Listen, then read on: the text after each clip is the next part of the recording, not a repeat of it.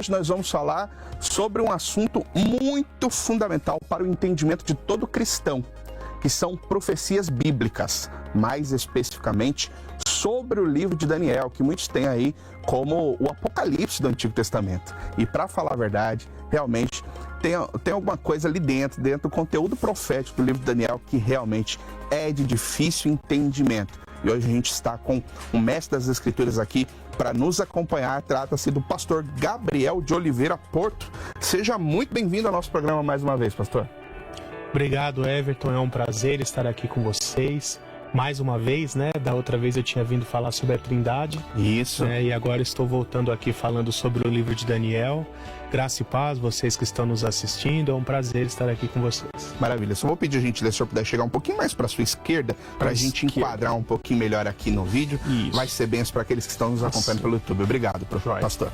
Bom, para você que não conhece, é impossível que você não conhece o pastor Gabriel. Não acredito nisso. É uma sumidade dentro da teologia brasileira, mas de qualquer forma, o pastor Gabriel de Oliveira Porto, ele é doutor em teologia sistemática, mestre em escatologia bíblica e é escritor, inclusive autor de uma coleção de livros. No final ele vai falar um pouquinho sobre isso. Ele trouxe aqui alguns exemplares para mostrar para você. Eu tenho certeza que vai ser bem. Só, eu falo pela minha experiência pessoal. Eu adquiri essa coleção, já li o primeiro livro, estou começando o segundo livro e tem sido uma benção, particularmente ainda mais por eu ser professor, isso ajuda bastante. E o pastor Gabriel, ele tem uma particularidade, né? Mesmo as questões mais técnicas, mais complexas da teologia, ele procura trazer numa linguagem mais simples, acessível a todos. Então você vai ver que os livros dele são bênção, tá? Para você adquirir. Bom, ele é pastor, né? Ele atua lá como parte da equipe de pastores voluntários na Igreja Batista Boas Novas, aqui em São Paulo, nosso querido pastor Vaelati, né? E também é professor de teologia desde 2012, além de ser aí coordenador, né, do Seminário Batista Livre, a qual eu tenho também o prazer e a grande alegria de poder servir dentro da equipe da docência teológica desse seminário. Então, você já viu pelo vídeo que ele está aí com a camiseta do SBL. A gente gostaria, inclusive, de já enviar aqui um abraço, né, efusivo ao nosso querido diretor acadêmico, nosso reitor lá, o pastor Jamierson Oliveira, que já esteve aqui no programa, logo, espero que ele volte, né, dar as caras aqui para poder nos abençoar com a sua erudição também.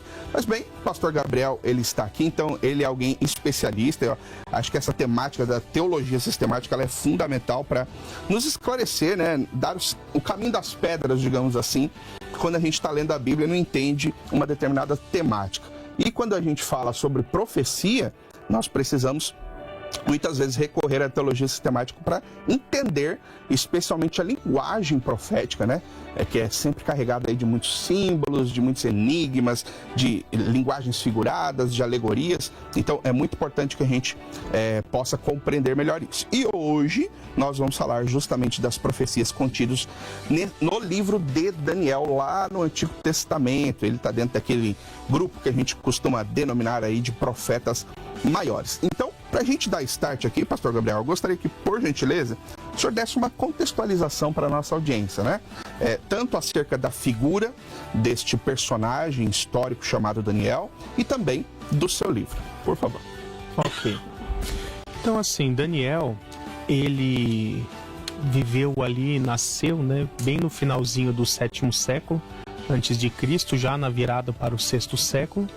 E era um período em que o reino de Judá já estava sendo fortemente oprimido pelo Império Babilônico, já principalmente pela figura de Nabucodonosor.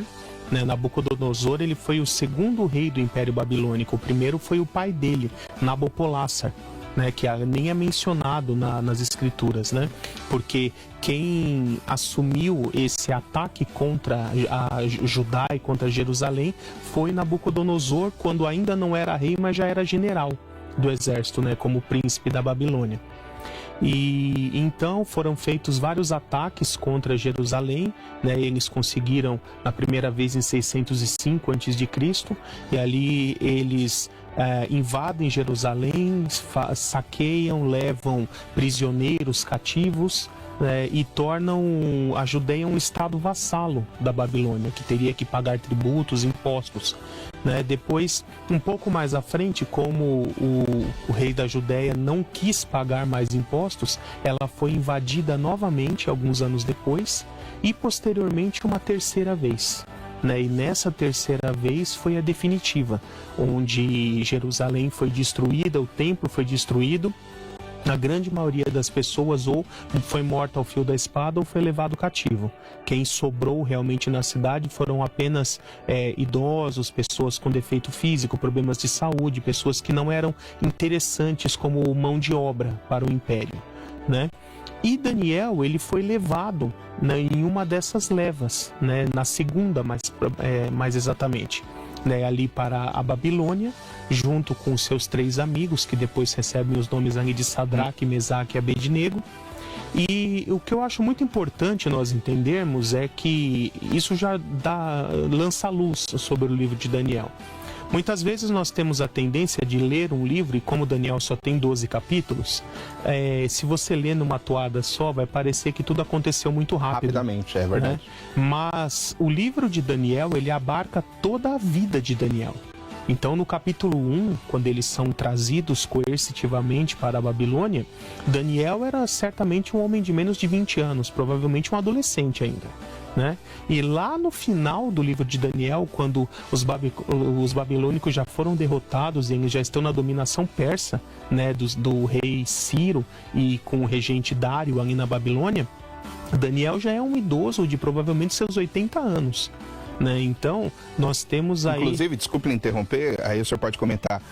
Muita gente tem um imaginário que Daniel, quando foi enviado à Cova dos Leões, ele era um jovenzinho, Mas, na verdade, ele já era um idoso, porque era no período do Exatamente, do Dário, foi durante a dominação persa. Ele já era um idoso de tranquilamente mais de 70 anos. É isso mesmo. Então, nós temos que ter em mente, sempre olhando, geralmente no início dos capítulos, fala qual era o ano do reinado do rei em que estava naquele momento. Então, você pode até pesquisar na sua casa, no Google, você encontra isso facinho, ou até no Wikipédia, um documento chamado Cânone de Ptolomeu. E lá ele vai ter a lista de todos os reis do Império Babilônico, Persa, Grego e os primeiros do Império Romano. E ali você consegue ver, pelo período que cada rei reinou, quanto demorou de um para outro. Então, é importante nós entendermos isso, que muitas vezes de um capítulo para outro de Daniel se passaram 15 anos, 20 anos, E a gente acha que foi tudo muito rápido, Então, essa é a minha primeira dica para você entender o livro de Daniel. Busque ali o período em que aquele rei reinou, o ano de reinado dele, e trace uma linha histórica para entender quanto tempo se passou entre uma visão e outra, entre um capítulo e outro. Legal, bacana. Acho que já deu para dar uma esclarecida pra gente. É interessante que, embora o conteúdo, aliás, o número de capítulos do livro de Daniel seja relativamente pouco, apenas 12 capítulos, mas ele tem um conteúdo muito farto, tanto histórico quanto profético. Hoje, o propósito do nosso programa aqui é trabalhar apenas a questão profética, que talvez seja a menos conhecida do livro de Daniel. E dentro desse conteúdo profético, a gente tem muita coisa para falar, Mas especialmente ali os capítulos 2, capítulo 7, capítulo 8, capítulo 9, que tem um conteúdo profético bastante profundo e intrincado para a gente poder compreender. Então, hoje, o nosso intuito aqui é tentar esclarecer isso. Mas eu sei que as profecias, pastor, do livro de Daniel, elas não estão atreladas a um determinado período de tempo, Elas abrangem uma grande gama de períodos temporais. Eu gostaria que o senhor explicasse isso, porque muita gente pensa que o livro de Daniel trata apenas de coisas relacionadas ao futuro, em um período escatológico, mas não é bem assim, Se o senhor pudesse esclarecer sobre isso. Aí nós já entramos até na questão dos conceitos fundamentais de como entender as profecias bíblicas, Porque muitas profecias bíblicas, assim, na época em que foram entregues, para aquela época se referiam ao futuro. Mas para nós, uma boa parte dessa profecia já se cumpriu e apenas uma pequena parte é futura. Então, eu costumo dizer o seguinte: Deus, ele tem um único plano para a humanidade, um plano mestre para a história da humanidade. E que esse plano começou lá na criação e vai até o novo céus e nova terra. As etapas desse plano que já se cumpriram para nós chamamos de passado. As que estão se cumprindo em nossos dias chamamos de presente, e as que ainda irão se cumprir para nós chamamos de futuro. Mas para Deus, são todas partes de um único plano, são todas etapas de um único plano. E qual a importância de entender isso? Nós geralmente temos a tendência de tentar entender o futuro, as profecias bíblicas sobre o futuro, de forma totalmente dissociada do passado e do presente, como se fosse algo solto, destacado, né? Estamos aqui e de repente do nada, pum, vai começar o fim do mundo, né? O futuro escatológico. Exato. E não é assim.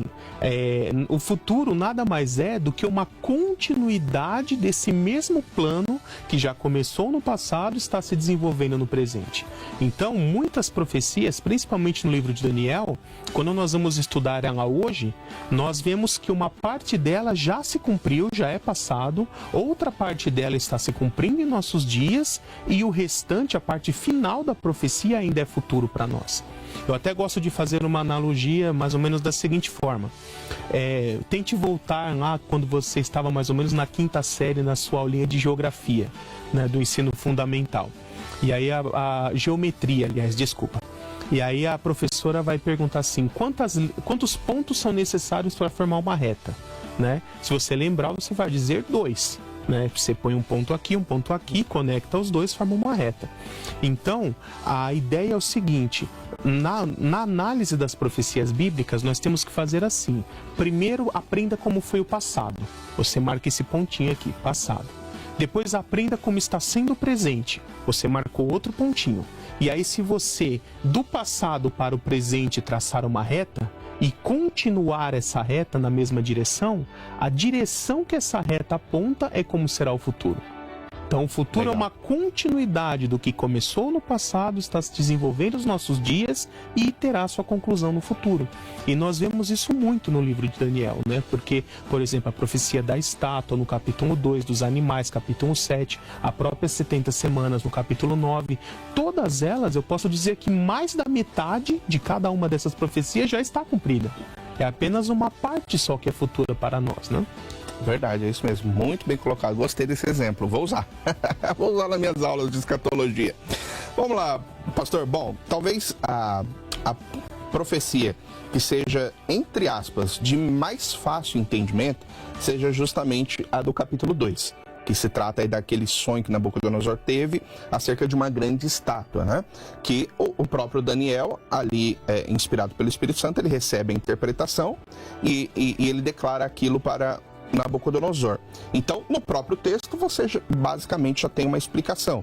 Mas é importante que a gente trate sobre essa profecia, porque ela se relaciona especialmente com períodos históricos, fala sobre sucessão de poderes, né, políticos no mundo, e muita gente não consegue ter essa macrovisão dessa profecia, né? Apesar de ler e costumeiramente entender, porque é de fácil assimilação, né? Não tem tantos enigmas ali, não tem tanta simbologia, e a própria simbologia é explicada por Daniel.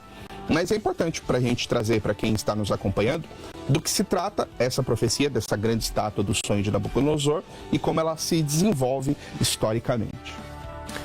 Então, é importante nós começarmos entendendo que Daniel, em cada profecia, ele sempre vai tratar a história da humanidade daquele momento presente em que a profecia é entregue para frente. A profecia não fala de passado para Daniel. Na época em que foi entregue para ele, era tudo presente e futuro, né? Mas se nós retroagirmos um pouquinho, né, até para fazer um gancho com isso, quando Nabucodonosor recebe Daniel ali em seu salão e Daniel vem para interpretar o sonho dele, ele fala assim, então você vai saber a interpretação, parafraseando um pouquinho, né? E aí ele fala assim, não, quem me revelou foi o Deus dos céus. E aí Daniel faz uma frase que eu acho muito importante para entendermos. Ele diz assim, é este Deus que estabelece os reis e também os faz cair. Ou seja, todos os impérios de governo humano que se levantam sobre a terra e que se levantaram, cada um na sua época, estão debaixo do controle e da soberania de Deus. Ele permitiu que esses impérios se levantassem e também os derrubou no momento certo, né? E aí, quando nós traçamos a linha histórica dos grandes impérios mundiais, qual foi o primeiro? O Egito, lá atrás. E por que Deus torna o Egito um grande império? para que ele fosse uma incubadora para que o povo hebreu crescesse e se multiplicasse. Tanto que depois que os hebreus saem dali, o Egito entra em declínio e nunca mais consegue recuperar a glória que tinha antes. Né? Então, o Egito foi literalmente usado por Deus para tornar a família de Jacó num povo de mais de 3 milhões de pessoas, que depois saíram do Egito, né? Posteriormente, nós vemos os assírios assumindo o poder como potência mundial, inclusive foram eles os responsáveis por destruir o reino do norte, Israel, quando os hebreus se dividiram em reino de Judá no sul e reino de Israel no norte. E depois de cumprir esse propósito da parte de Deus, também no tempo certo caíram e aí sim assumiu o Império Babilônico. Né, que inclusive o que consolida os babilônicos como império mundial é justamente quando eles derrotam a Assíria e expulsam os egípcios ali do Oriente Médio. Né? Então eles derrubam essa dominação desses povos estrangeiros, assumem o controle e a supremacia da região e se consolidam como império. Então o império vigente na época de Daniel, no início, né, era justamente o babilônico. E por isso que a estátua, que é esse sonho, onde ele revela o sonho de Nabucodonosor, dizendo que ele sonhou e que no sonho ele via uma estátua com a aparência de homem, o formato de um homem de pé, né? E que a cabeça era feita de ouro, o peito e os braços de prata, o ventre e os quadris de bronze, as pernas de ferro e os pés em parte de ferro e em parte de barro. E aí ele mesmo vai explicando que cada parte da estátua, feita de um metal diferente, simboliza um império de governo humano que se levantaria na história, assumiria a supremacia mundial durante algum tempo e depois seria derrubado e substituído pelo próximo. Então esse primeiro, que é a cabeça de ouro, né? Aqui eu não tenho tanto tempo hábil para entrar em detalhes, né? Por que é cabeça, por que é ouro, depois por que é peito e braços, por que é prata. Pode discorrer, pode, a gente tem uns minutinhos, pode. Eu acho interessante isso. Legal. Então, por exemplo, por que os babilônicos são comparados como ouro, né? Porque o desenvolvimento intelectual deles era muito superior ao dos povos vizinhos e dos reinos anteriores. Então, os babilônicos, por exemplo, eles foram pioneiros na arquitetura, né? Se fala ali dos jardins suspensos da Babilônia, eles tinham uma arquitetura muito bem desenvolvida, que era das maravilhas do mundo antigo, né? Uma das 7 maravilhas. Também, historicamente falando, Babilônia é o berço da música. A música oficialmente surge na Babilônia como, orquestrada, né? Com instrumentos musicais. Então, os artesãos babilônicos desenvolveram vários instrumentos musicais, desenvolveram a primeira ideia do que hoje nós chamamos de partitura, de registrar a música numa forma escrita, né? Eles também se desenvolveram muito na ciência, na astronomia, na matemática, e por tudo isso eles são comparados com o ouro, o metal mais nobre, né? Mas perceba que, por exemplo, numa comparação de dureza, é de baixo para cima. Porque o ouro é o menos duro, né? Depois a prata é um pouco mais dura que o ouro, o bronze é mais duro que a prata e o ferro é o mais resistente de todos, né? Então, ao mesmo tempo que no nível de nobreza ele vai descendo, numa escala de dureza vai subindo. E essa dureza, ela se refere justamente à brutalidade, à força bruta dos impérios mesmo, né? Então, quando, por exemplo, eles são derrotados pelos persas, e os persas são simbolizados pelo peito e braços de prata, a prata já não é tão nobre quanto o ouro, ou seja, intelectualmente os persas não eram iguais aos babilônicos, tanto que muita coisa da cultura babilônica eles absorveram. Mas militarmente, para a guerra, para a força bruta, eles eram superiores. E por isso que conseguiram se sobressair e derrotá-los, né? E olha que interessante. Porque são um ser humano normal tem 2 braços, né? Então, quando fala peito e braços, tem 2 partes, é dividido de uma forma simétrica. Mas todo mundo vai ter um braço dominante, ou destro ou canhoto. Da mesma forma, o que nós chamamos de Império Persa, na verdade, ele é chamado Império Medo-Persa, porque ele é a união de 2 povos, os medos e os persas. E os medos, apesar de ser um povo mais antigo, eles eram mais fracos que os persas. Então, os persas, mesmo sendo uma civilização mais jovem, eles dominaram sobre os medos e acabou que o império, por isso é só chamado de persa, popularmente, né? Então, da mesma forma, 2 braços mais um é predominante, né? Olha como a comparação é perfeita, né? E depois, o ventre e os quadris é de bronze. E aí já é uma figura do Império Grego que dominariam os persas ali quando Alexandre Magno sai da Macedônia e entra em guerra contra Dário III, que foi o último rei do Império Persa, o derrota, né, e ali ele assume a supremacia de toda aquela região e a Grécia se torna a potência mundial da época, né? E por que bronze, né? O bronze é muito interessante porque o bronze não é um metal encontrado naturalmente, né, na natureza, ele não é um elemento químico simples, ele é uma liga metálica, ele é o resultado da mistura de cobre com estanho, né, e até a estrutura química é muito interessante nisso, porque você pega dois metais que são relativamente moles, né, maleáveis, e os fundem, e o resultado é um metal mais duro do que os dois que eram antes. Né? Então exige um conhecimento de metalurgia bem avançado para fazer isso, né? Para se produzir bronze. E os gregos, eles tinham o domínio dessa técnica, né? Tanto que os filisteus, eles aprenderam essa técnica justamente dos gregos, né, de dominar esse metal. Inclusive, muitos historiadores defendem a ideia de que os filisteus, na verdade, eles eram gregos em sua ancestralidade, que tinham vindo da ilha de Creta e depois se estabeleceram ali no litoral de Canaã, né? Então, por isso ele é comparado com o bronze, porque toda a armadura, espada, escudo, lança, elmo dos soldados gregos era feito de bronze. Inclusive, até as moedas que Alexandre mandou cunhar depois que o seu império estava estabelecido eram feitas de bronze, né? Por isso ele é bastante associado com o bronze ali, né? E depois o texto fala de um quarto império, as pernas de ferro. Essas pernas de ferro são o Império Romano, né? Que um problema que os gregos sempre tiveram, né, foi a questão de serem desunidos. Então, por que eles ficaram tanto tempo sofrendo na mão dos persas? Porque eles eram totalmente desunidos. Esparta era um governo, Atenas era um governo, cada região era um governo independente, eles não se ajudavam. Eles até lutavam uns contra os outros. Alexandre conseguiu tornar o Império Grego forte porque o pai dele, Felipe, foi o primeiro a conseguir unificar a Grécia. Só que depois da morte de Alexandre, eles se dividiram de novo. Os 4 generais. Né? E aí, eles, divididos, eles se tornaram fracos e o que Roma fez foi derrotando aos poucos, um reino de cada vez, um pedacinho de cada vez, até derrotar todos e assumir a supremacia naquela região.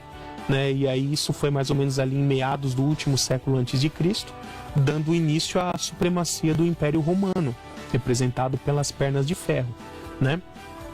E aí eu preciso, até antes de terminar a profecia, fazer uma associação com Daniel 7, porque Daniel 7 é a visão dos animais, né? E que Daniel, foi o próprio Daniel que teve como sonho uns 15 anos depois, mais ou menos, da visão da estátua. E eu gosto de fazer essa comparação mostrando assim, os dois têm o mesmo tema. Cada animal e cada parte da estátua simboliza um dos impérios de governo humano que dominaria o mundo. Mas por que Nabucodonosor sonha com uma estátua e Daniel sonha com bestas, feras, né? Não, o senhor não animais vai selvagens? Isso agora, não. O senhor vai deixar esse mistério no ar. Por que será? Por que será? Nós não vamos saber isso agora, não. É só depois do intervalo. Tá certo. Vou deixar esse mistério aí pra você não sair daí, tá bom? É um intervalo rapidinho, 5 minutinhos, a gente já retorna aqui para poder dar continuidade nesse bate-papo que tá sendo muito edificante para as nossas vidas, tá? Não sai daí não, fica com a gente. No finalzinho do primeiro bloco, o meu convidado especial, o pastor Gabriel de Oliveira Porto, ele ia declarar, ele ia fazer uma revelação aqui, ele ia revelar um mistério, mas nós guardamos esse mistério para ser revelado no nosso segundo bloco. Se você acompanha um pouquinho a leitura do livro de Daniel, você vai se recordar que existe ali um sonho que Nabucodonosor tem no capítulo 2, que está totalmente conectado com uma visão que Daniel tem no capítulo 7. Ambos falam do mesmo assunto. Mas por que será que para Nabucodonosor, Deus revelou ali para Daniel interpretar aquele sonho, e aquele sonho estava relacionado a uma estátua, né? Uma estátua suntuosa, bonita, cheia de materiais nobres. Já para Daniel, Deus revelou o mesmo conteúdo, mas através de uma outra simbologia, de animais ferozes, de bestas feras do campo. Por que será que foi assim? O pastor Gabriel vai revelar exatamente agora o porquê que isso aconteceu.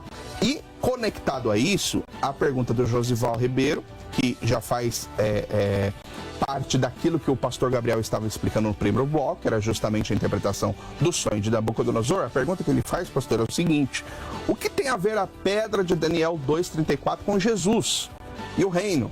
Será que é somente com a segunda vinda de Jesus? Então, pastor, o senhor tem agora tempo para poder discorrer sobre a revelação deste mistério. E aí o senhor já pode responder a pergunta de Joseval, por gentileza. Certo, então primeiro eu vou revelar o mistério, né? Você fez igual Deus fez com João em Apocalipse. Mas eu ordenei que selasse o mistério, porque ele é para o tempo do fim. Exatamente. Né? Perfeito. Então, olha que interessante. Nabucodonosor, ele representa aqui como o homem ímpio vê os impérios mundiais, os governos humanos.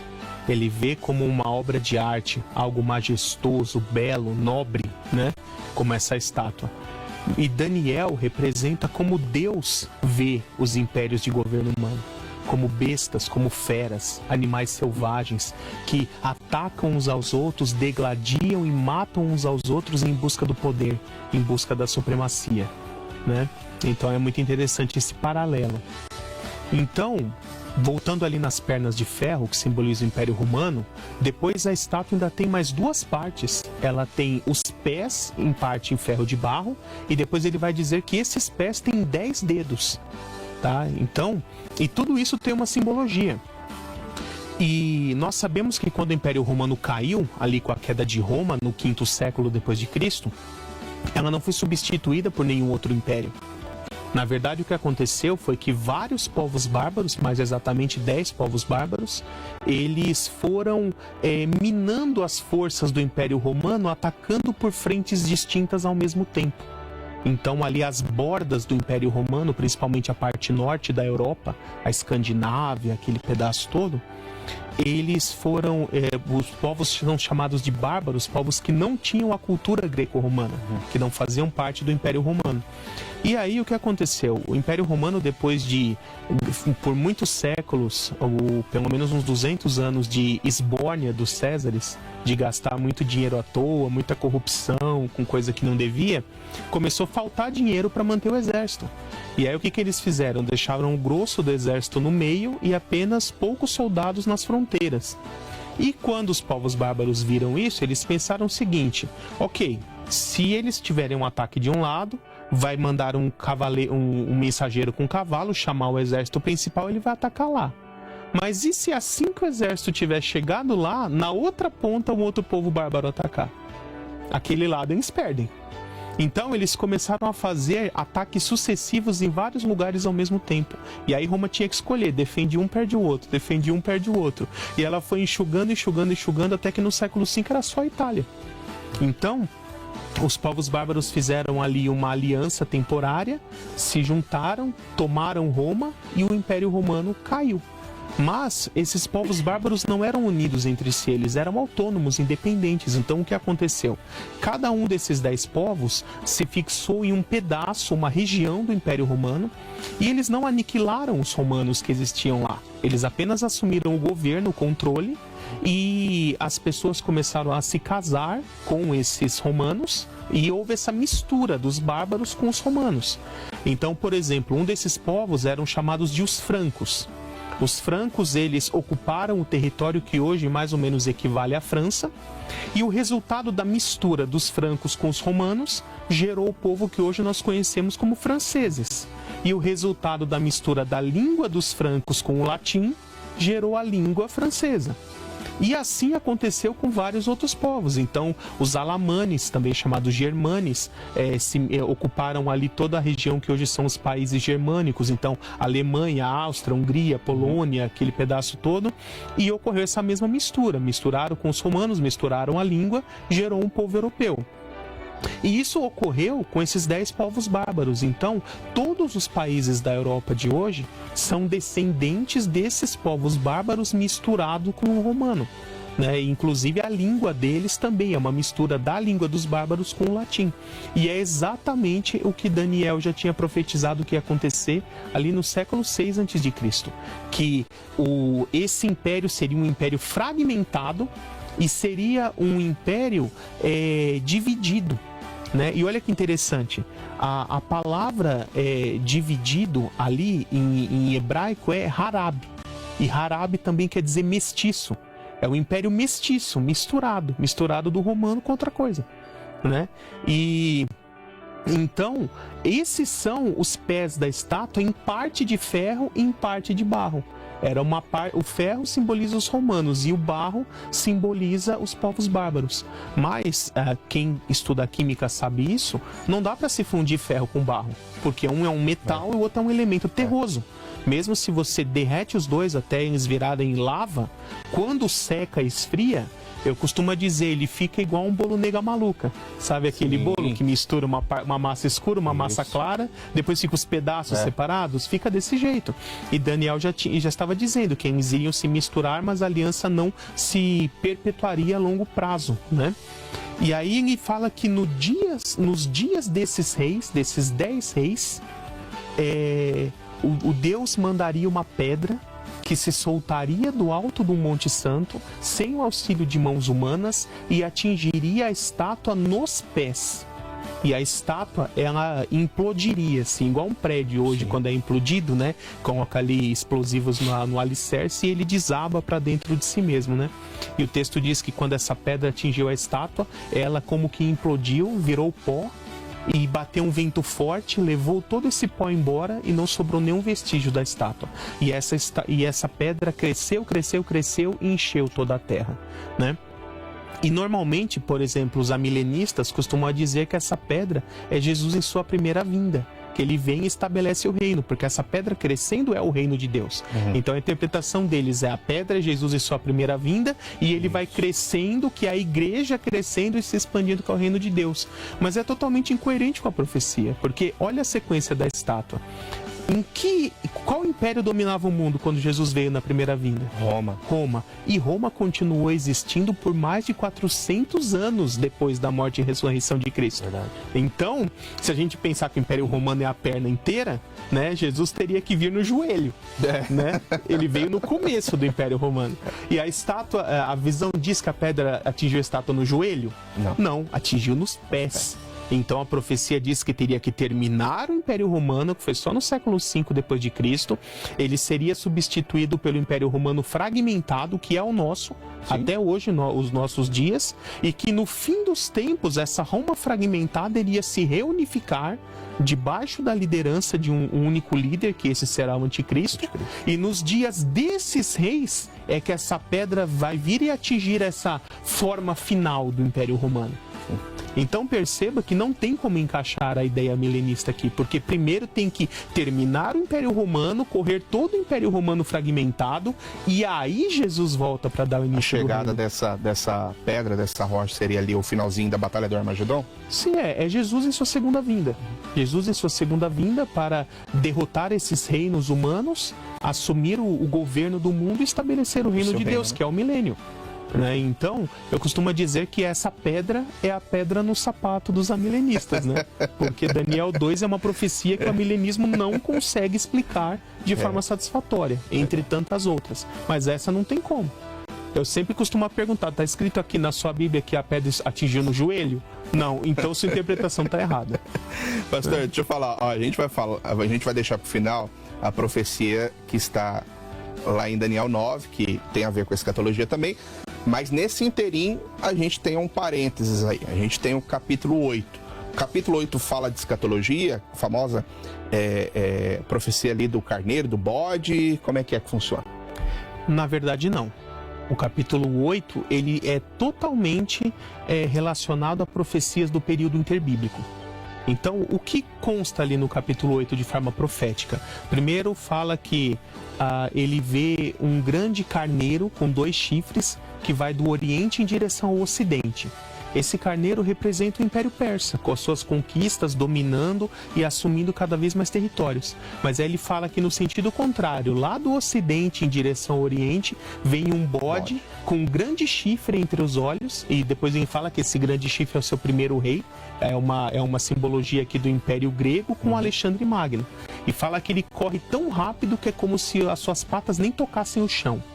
E aí, em algum momento ali, eles se encontram, há esse conflito, eles lutam, e fala que o bode derrota o carneiro de uma forma avassaladora, sem chance nenhuma de vitória, e assume o poder ali da região.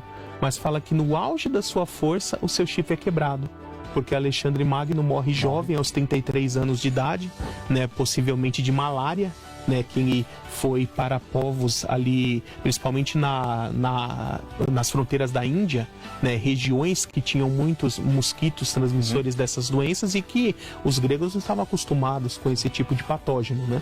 Então provavelmente ele contraiu malária nessas incursões e acabou morrendo disso. E aí, quando ele morre, os seus 4 principais generais dividem o império entre si, com base nos pontos cardeais: Império do Norte, Sul, Leste e Oeste. Sendo os mais famosos o do Sul, que é o Império Ptolomaico, que é a região do Egito, e o Norte, que é o Império Seleucida, que seria a região da Síria, né? Então, e a profecia continua dizendo exatamente isso, que no auge da força o chifre seria quebrado e nasceriam outros 4 chifres também grandes, mas não tão grandes quanto eram o primeiro, né? Falando exatamente da morte de Alexandre e a divisão do Império Grego. E aí a profecia continua falando de como seriam os conflitos desse Império Grego dividido. Porque esse Império Grego dividido, em pouco tempo, o do Sul anexou todo o Império do Oeste e o do Norte anexou todo o do Leste, né? E aí ficou só Norte e Sul. E esses 2 impérios ficaram brigando entre si pela supremacia da região. E quem estava justamente no meio, na fronteira desses 2 impérios? A Judéia. Então, toda hora, o do Norte ia atacar o do Sul, ele começava por onde? Pela Judéia. E aí ele anexava a Judéia, virava vassalo do Norte. Isso. Depois o Sul ia contra-atacar, né, para recuperar. Ele começava o quê? Tomando a Judéia de volta e volta a ser do Sul, né?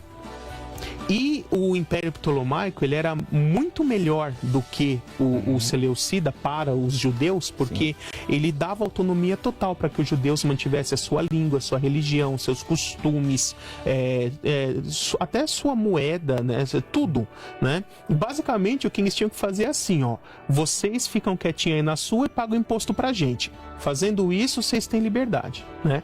O do Norte, não. O do Norte, ele queria helenizar os povos dominados na marra. Então, ele queria forçar os judeus a assumir língua grega, cultura grega, religião grega, que é o paganismo greco-romano, adorar os deuses romanos, né? Tanto que algumas gerações depois surge um rei chamado Antíoco Epifanes, né? E ele foi um rei terrível. Ele mandou abolir a lei de Moisés, obrigou os judeus a não falar mais hebraico, tinha que falar grego. Ele sacrificou um porco no templo de Jerusalém, profanou o templo e consagrou aquele templo a Zeus. Falou: agora, a partir de agora esse templo é um templo a Zeus, vocês vão adorar a Zeus aqui. E isso gerou uma revolta, chamada Revolta dos Macabeus, né, de uma família sacerdotal. E é justamente o que Daniel 8 vai falar. Que desse rei terrível que se levantaria, que é Antíoco Epifanes, e que o templo seria profanado. E aí fala que da profanação do templo até o fim da perseguição demoraria 2.300 tardes e manhãs, né? Tentam associar isso ao período tribulacional, mas a conta não bate. Porque se você for ver em anos judaicos, dá 6 anos e 4 meses, né? O período tribulacional são 7 anos. Então, na verdade, qual é a interpretação mais correta? Basta você ver quanto tempo se passou do momento que Antíoco Epifanes invade Jerusalém e sacrifica o porco, ali no templo de Jerusalém, profanando ele, até a morte dele. Ele morre de causas naturais, né? Ele fica doente e morre, né? Não precisou ser derrotado em batalha, como a própria profecia já dizia ele que ia acontecer. E essa invasão ocorreu em 169 a.C. E a morte dele foi em 162. Então, se você pega certinho de um mês, de um ao mês do outro, dá os 6 anos e 4 meses, os 2.300 dias. Então, na verdade, essa profecia não tem nada de escatológico. Ela se refere totalmente a eventos que se cumpriram no período interbíblico. Perfeito, é isso aí. Agora vamos para a parte mais complexa. É o tal, talvez não mais complexa, eu não vejo assim, mas talvez a mais discutível, né? A que gera muitos debates, especialmente aí entre as escolas de interpretação da escatologia, que é o famoso Daniel 9, especialmente ali a partir do versículo 24, as famosas 70 semanas de Daniel. Explica pra gente, por favor, pastor, o que significa isso daí? Explicar 70 semanas em 5 minutos é um desafio, 10 né? minutos, pastor. Pode passar um pouquinho. Então vamos lá. Quando os babilônicos foram derrotados e os persas assumiram, Daniel já era idoso, né? E aí o texto fala que Daniel estava estudando o livro do profeta Jeremias e os demais livros do Antigo Testamento que existiam naquela época. E ao chegar em Jeremias, ele entendeu que estava profetizado que o cativeiro da Judéia duraria 70 anos. Fazendo as contas, ele percebeu que já haviam se passado 67. Então, ele já concluiu que daí a 3 anos o cativeiro terminaria. Mas Deus tinha estabelecido que para terminar o cativeiro tinha que haver arrependimento do povo. E por isso que ele começa a orar, se colocando como intercessor do povo, pedindo perdão, restauração, e que Deus cumprisse a sua promessa, libertando-os do cativeiro ao final dos 70 anos. E o texto ali nos sugere que Daniel estava pensando que ao final desses 70 anos, quando o povo judeu fosse liberto e voltasse para Jerusalém, que o Messias se manifestaria e já ia começar o reino messiânico, né? Então Deus manda o anjo Gabriel, né, que já tinha sido enviado em Daniel 8 antes, manda de novo em Daniel 9 falar com Daniel para explicar o que realmente iria acontecer. E aí o anjo começa dizendo assim, 70 semanas, né, aqui é Shabua no hebraico, Shabuim no plural, tá o texto ali, é na verdade um conjunto de 7, que pelo contexto são conjuntos de 7 anos. Então 70 conjuntos de 7 anos, ou seja, 490 anos, estão determinados sobre o teu povo e tua santa cidade. Povo de Daniel, judeu, santa cidade, Jerusalém, a fim de concretizar 6 propósitos. Os 3 primeiros estão diretamente associados à primeira vinda, acabar com a transgressão, dar fim à iniquidade e restringir o pecado. Já se cumpriu. Né? Isso. Os 3 últimos estão associados à segunda vinda, né? Trazer o reino de justiça, o reino eterno, cumprir a visão, a profecia e ungir o santo dos santos. E aí o anjo continua, porque será que já ia começar a contar ali de imediato? Ele fala não. Saiba e entenda que a partir da promulgação do decreto que manda restaurar e reconstruir Jerusalém, até a vinda do príncipe ungido, haverá 7 semanas e 62 semanas. E ainda continua, a cidade será reconstruída com ruas e muros, em praças, mas em tempos difíceis. Então aqui ele marca um ponto de início da contagem, quando fosse emitido um decreto para mandar reconstruir Jerusalém. E esse decreto, exatamente, só foi emitido lá em 444 depois de Cristo, quase 100 anos depois da época de Daniel. Ele nem viu isso se cumprir, né? Que Artaxerxes entrega na mão de Neemias e Neemias pega e volta lá para construir Jerusalém. Ali começa a contagem. E aí a profecia diz que 7 semanas, 49 anos é o tempo que demoraria para reconstruir a cidade por completo. Isso se cumpriu exatamente como foi profetizado. Mais 62 semanas, ou seja, mais 434 anos depois disso, até a vinda do Messias. Então 7 mais 62, 69 semanas, que dá 483 anos. Então o que o texto está dizendo é que da assinatura do decreto que manda reconstruir Jerusalém, que foi em abril, na Nissan, de 444 a.C., iria se demorar 483 anos para a chegada do Messias. Chegada onde? Lembra? Teu povo, tua santa cidade. Chegada para Jerusalém e para o povo judeu. Não é em qualquer lugar. É quando o Messias entraria em Jerusalém para ser recebido como Messias. E aí, fazendo as contas em anos judaicos, que tem 360 dias, nós vimos que bate certinho com abril, Nissan, de 33 depois de Cristo. Que é o texto de Mateus 21, chamado Domingo de Ramos também, né? Ou Entrada Triunfal. Exato. Quando Jesus entra em Jerusalém montado no jumentinho. Ali, naquele dia, estavam se cumprindo as primeiras 69 semanas. E aí o texto diz assim, que depois da vinda do ungido príncipe, ele será morto e já não haverá mais lugar para ele, ele irá embora. Então fala já da morte e ressurreição do Messias. E aí o texto diz que depois, então aconteceriam 3 coisas depois da chegada do Messias. Ele seria morto e retirado, Jerusalém e o templo seriam destruídos pelo povo de um governante que virá e guerras e desolações foram decretadas. Então a gente sempre tem que lembrar do escopo da profecia. Tudo isso é relacionado ao teu povo, tua santa cidade. Então quando fala de que entraria num estado de falta de paz, ou seja, o povo judeu entraria num estado de constante falta de paz e a Terra Santa entraria num estado de constante falta de paz. É o que a gente vê até hoje. Exatamente. Então, o primeiro se cumpriu ali 5 dias depois da chegada do Messias. Ele chega no domingo, morre na sexta-feira seguinte, de quinta para sexta. Mas, olha quanto tempo demorou para o segundo evento. 37 anos. Do ano 33, a destruição de Jerusalém só foi no ano 70. Então, isso já prova que tem que haver um intervalo entre o final da semana 69 antes da 70 começar. Porque ela só vai começar depois que esses 3 propósitos forem plenamente cumpridos. E esse estado de falta de paz continua até os nossos dias. Até que irá acontecer o que está no verso 27, né? A última pessoa mencionada no 26 é que Jerusalém e o povo seriam destruídos pelo povo de um governante que virá. Perceba que o texto não fala que será destruído pelo governante. Será destruído pelo povo e desse povo virá um governante no futuro. E aí, 27 começa assim, ele, ou seja, esse governante que virá no futuro, que é a última pessoa mencionada no verso anterior, fará um acordo com muitos por uma semana. E por isso que a gente fala que o período tribulacional são 7 anos, porque ela é a última semana das 70 de Daniel que ainda não se cumpriu.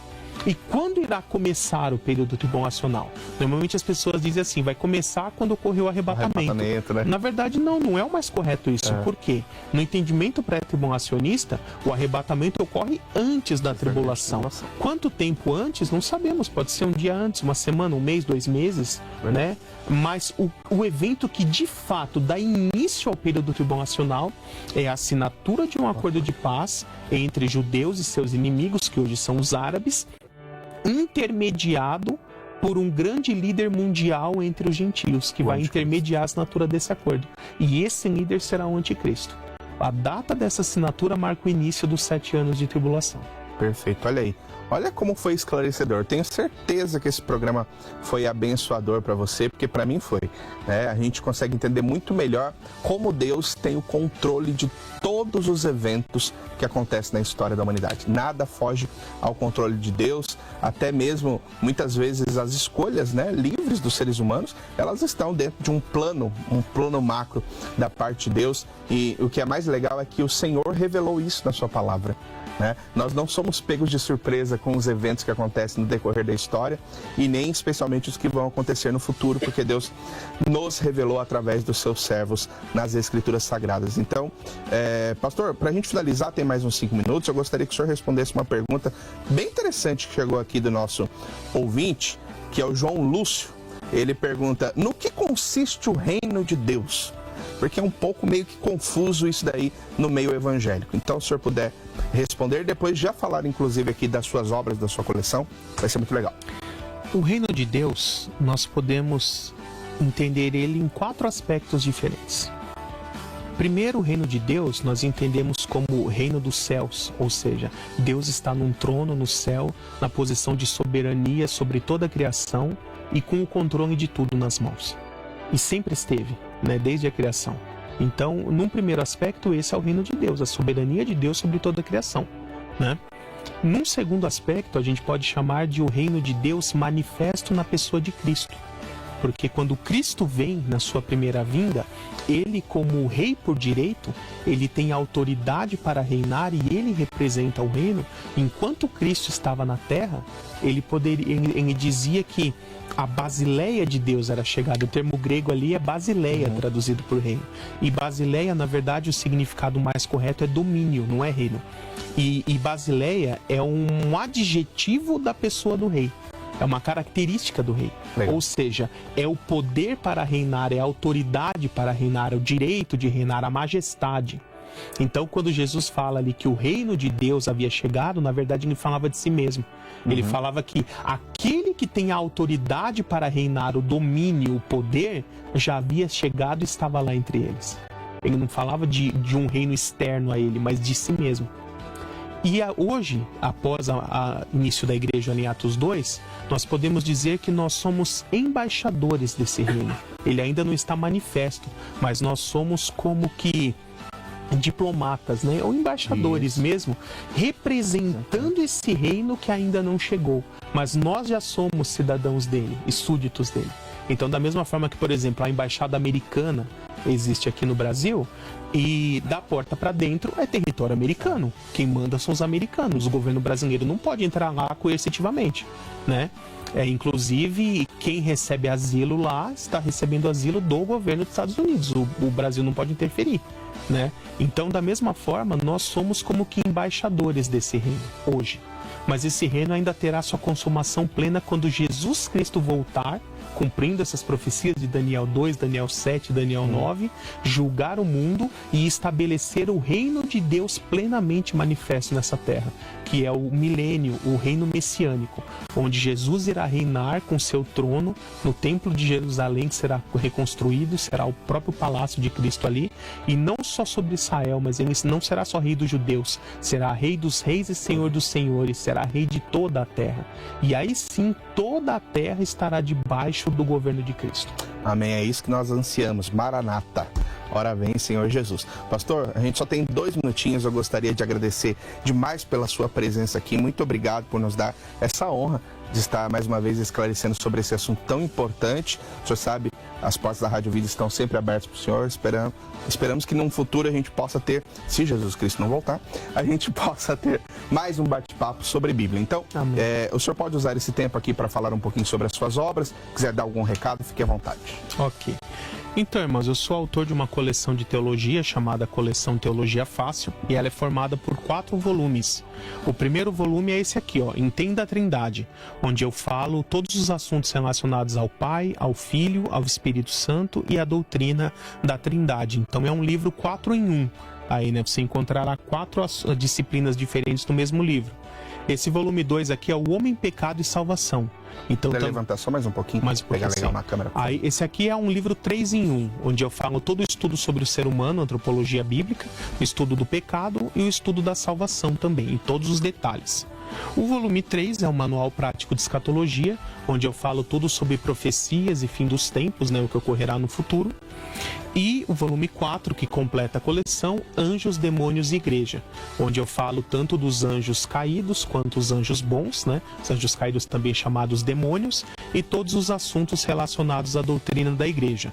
Toda a coleção com uma linguagem bem simples, direta, indo direto ao ponto, uma linguagem fácil para qualquer pessoa entender e, acima de tudo, bíblica, totalmente embasada em textos bíblicos. Legal, que benção. E como que faz para a pessoa adquirir essas obras, pastor? Vocês podem entrar em contato diretamente comigo, né, pelo WhatsApp. Meu WhatsApp é 11 98697 5043. Repetindo, 11 São Paulo, 98697 5043. Aí você pode me mandar uma mensagem dizendo que está interessado em adquirir os livros, e ali eu vou te passar um passo a passo de como fazer para adquirir. Legal, que benção. Mais uma vez, muito obrigado, pastor. Você que nos acompanhou até aqui, obrigado pela sua audiência. Eu tenho certeza que você foi abençoado pelo conteúdo deste programa. É pouco, né? 1 horinha passa rápido para a gente falar de um assunto tão interessante quanto este, que é um conteúdo profético das Escrituras. Mas eu tenho certeza que aqui a gente já conseguiu passar um panorama para que você pudesse entender essas profecias que estão contidas lá no livro de Daniel, que são fundamentais para o nosso entendimento espiritual. Muito obrigado por você nos acompanhar, e se Deus quiser estaremos aqui na próxima quarta-feira em mais um programa Vida Teológica. Desejo que você tenha uma ótima e abençoada semana. Até a próxima. Você ouviu Vida Teológica.